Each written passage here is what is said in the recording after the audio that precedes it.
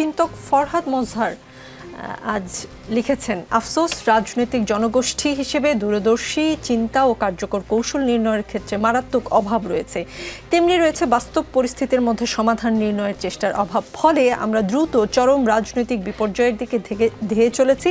সময় বেশি দূরে নয়, সতর্কতার অভাবে আমরা পরস্পরকে দোষারোপ করতে থাকবো এবং বাংলাদেশে ইন্দো মার্কিন ইসরায়েলি পরিকল্পনা বাস্তবায়নে গাজার পরে নতুন যুদ্ধক্ষেত্র বাংলাদেশ পরিণত হবে।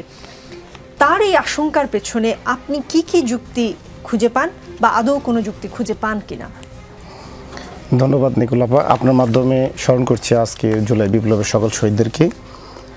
হ্যাঁ, ফরহাদ ভাই যে জিনিসটা আজকে উত্থাপন করেছেন, এই ধরনের আশঙ্কা আমাদেরও রয়েছে। কারণ বাংলাদেশকে নিয়ে বহির্বিশ্বের এবং আঞ্চলিক পরাশক্তির সবসময়ই একটি গভীর ষড়যন্ত্র বিদ্যমান। এই গত 54 বছর থেকে যদি আমরা বলি, এটা আমাদের রাজনৈতিক স্টাডিতে আছে। যদি আপনি 2500 বছর ইতিহাস দেখেন, এখানে আমাদের পূর্বপুরুষরা এখানে 500 বছর ধরেও আমরা দিল্লির বিরুদ্ধে সংগ্রাম করেছে, যেটা হচ্ছে আপনার দ্রাবিড় ছিলেন যখন আর্যদের বিরুদ্ধে যুদ্ধ করেছে, বা আপনার যারা বৈদিক ছিলেন যে এখানে ব্রাহ্মণ ছিলেন তাদের বিরুদ্ধে যুদ্ধ করেছে। 500 বছর এই ইতিহাস আমাদের আছে। সুতরাং 2500 বছর থেকে আমরা এখানে সংগ্রামের মধ্য দিয়ে আছি, এটা আমাদের নতুন নয়।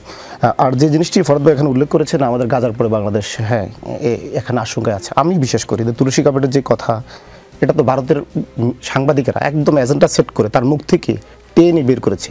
সে কিন্তু স্টেটমেন্ট দেয়নি, এটা আমেরিকান স্টেটমেন্ট না, এটা তার প্রশ্নের উত্তর। আর প্রশ্নটা কেমন ছিল? Double barreled question. আপনাকে উত্তর সে যেভাবে মানে উত্তরটা সে এভাবেই দিবে, এভাবেই কোশ্চেনটা করা হয়েছে যে বাংলাদেশের বিরুদ্ধে উত্তরটা দিবে। তো এগুলো তো পরিকল্পিতভাবে। আর তুলসী কাপড় কে? সে তো আমেরিকান রিপাবলিক দলের নেতা। আমেরিকান রিপাবলিক দলটা কি? একটা সাম্প্রদায়িক দল, এটা ধর্মভিত্তিক একটা দল, যেমনটি ভারতের বিজেপি একটি সাম্প্রদায়িক দল। সুতরাং এটাকে আমরা মনে করি এগুলো তো যুগশত্রু আছে। একটি মানে সাম্প্রদায়িক দল অন্যদেরকে এগুলো বলে থাকে।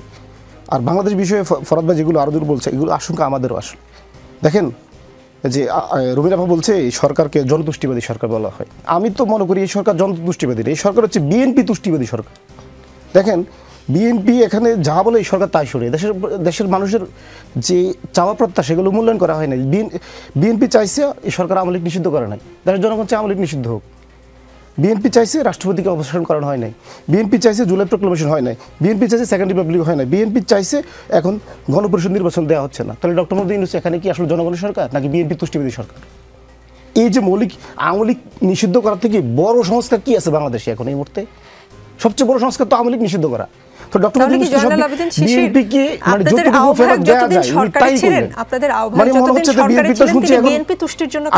এখন তো শুনছি বিএনপি 3 জন মানে মহাসচিব হচ্ছে। আমার তো মনে হয় ওনারা চতুর্থ মহাসচিব বললো দেশের মানুষ ভুল হবে না। কি করলেন জানেন? দেশের জনগণের জন্য উনি বিএনপি যা বললো তাই মেনে নিলেন। আর অন্য পার্টিগুলো যা বললো, দেশের জনগণ যা বললো, রক্ত দিল, তার কোনো মূল্য নাই। আপনাদের আহ্বায়কে তাহলে এতদিন সরকারে যে ছিলেন তিনি বিএনপির তুষ্টির জন্য কাজ করেছেন?